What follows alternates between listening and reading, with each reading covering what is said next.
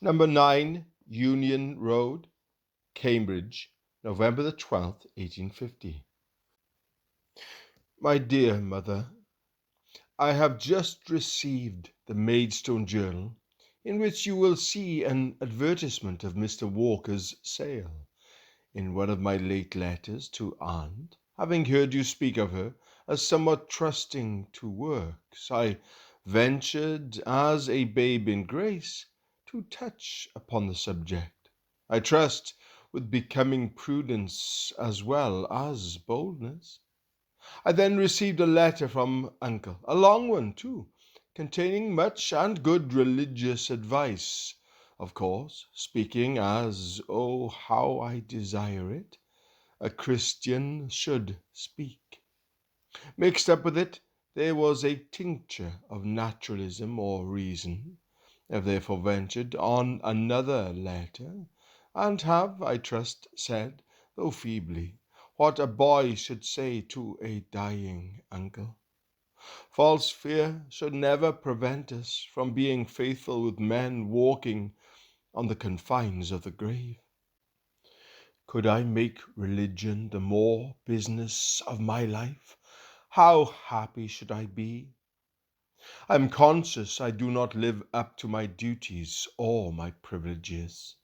And did I not feel sure that Jesus will certainly complete what he has begun, I should never think of reaching heaven, but by his might I would look confidently for it. I have found a little work here. I have twice spoken to the Sunday school, and am to read an essay on some subject connected with Sunday schools at the next meeting of the Teachers' Institute for the town. I only do so just to fill up. I have been driven to it. Mr. Watts and some others have taken their turns. I hope yet one day to prove myself no antinomian. Though I confess my daily sins and shortcomings, yet I would not wilfully sin, and I feel some hatred to it. I desire to hate it more. I hope you enjoy your health, and that with deal. Father, you have much of the marrow of the gospel as your daily meat.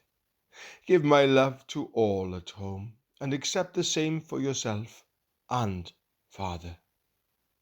I am pursuing my studies, though I can say little about progress. I am most happy and quite well, and hoping to see you before many weeks. I remain your affectionate son, Charles. The following are the letters to the aunt and uncle referred to in the foregoing letter.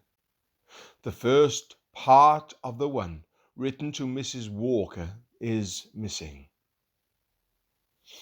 The body of Christians, of which for some little while I have been a member, is not distinguished for high standing in the world.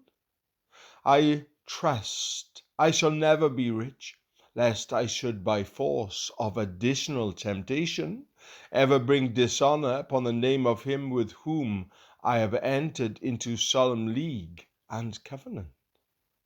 Would that, as I have been buried with him in baptism, I might have the inward spiritual grace, and be dead to the world, but alive unto the service of the Lord.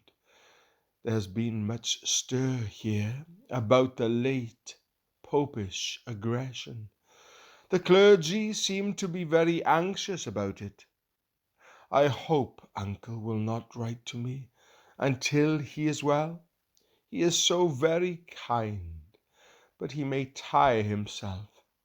Tell him I am now studying Paine's Elements of Mental Science and Porter's Lectures on Homiletics.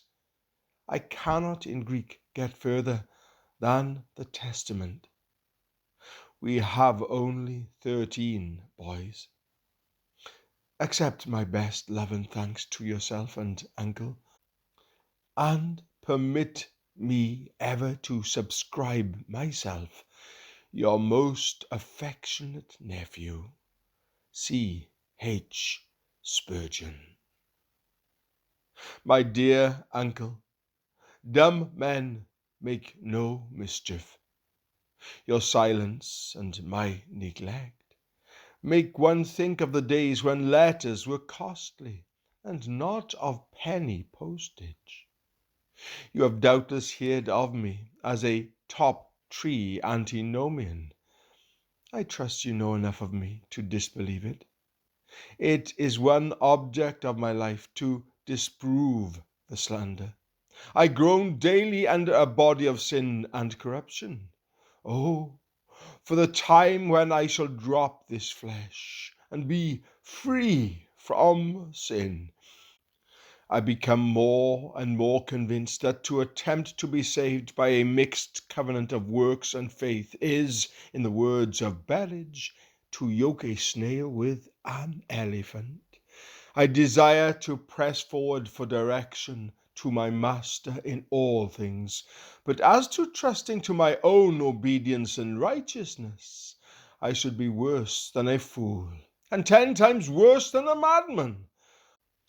Poor, dependent creatures, prayer had need be our constant employment, the foot of the throne our continued dwelling place.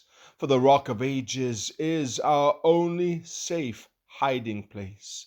I rejoice in an assured knowledge, by faith, of my interest in Christ, and of the certainty of my eternal salvation. Yet what strivings, what conflicts, what dangers, what enemies stand in my way? The foes in my heart are so strong that they would have killed me and sent me to hell long ere this, had the Lord left me. But blessed be his name. His electing, redeeming, and saving love has got fast hold of me, and who is able to pluck me out of my Father's hand?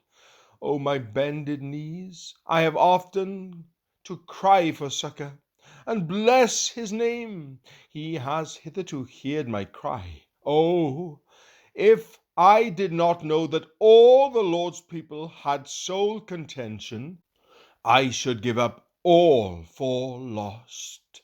I rejoice that the promises left on record are meant for me, as well as for every saint of his, and as such I desire to grasp them.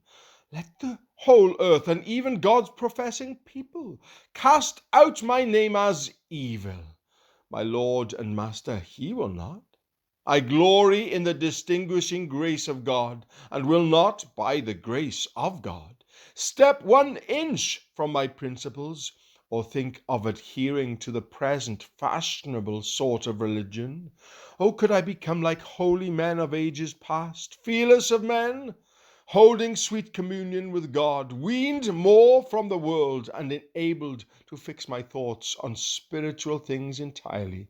But when I would serve God, I find my old deceitful heart full of the very essence of hell, rising up into my mouth, polluting all I say and all I do.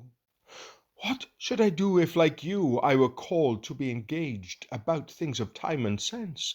I fear I should be neither diligent in business nor fervent in spirit. But, say you, he keeps talking all about himself. True, he does. He cannot help it. Self is too much his master. I am proud of my own ignorance, and like a toad, bloated with my own venomous pride, proud of what I whore, not God, and boasting when I should be bemoaning. I trust you have greater freedom from your own corruptions than I have, and in secret, social and family prayer enjoy more blessed, sanctified liberty at the footstool of mercy.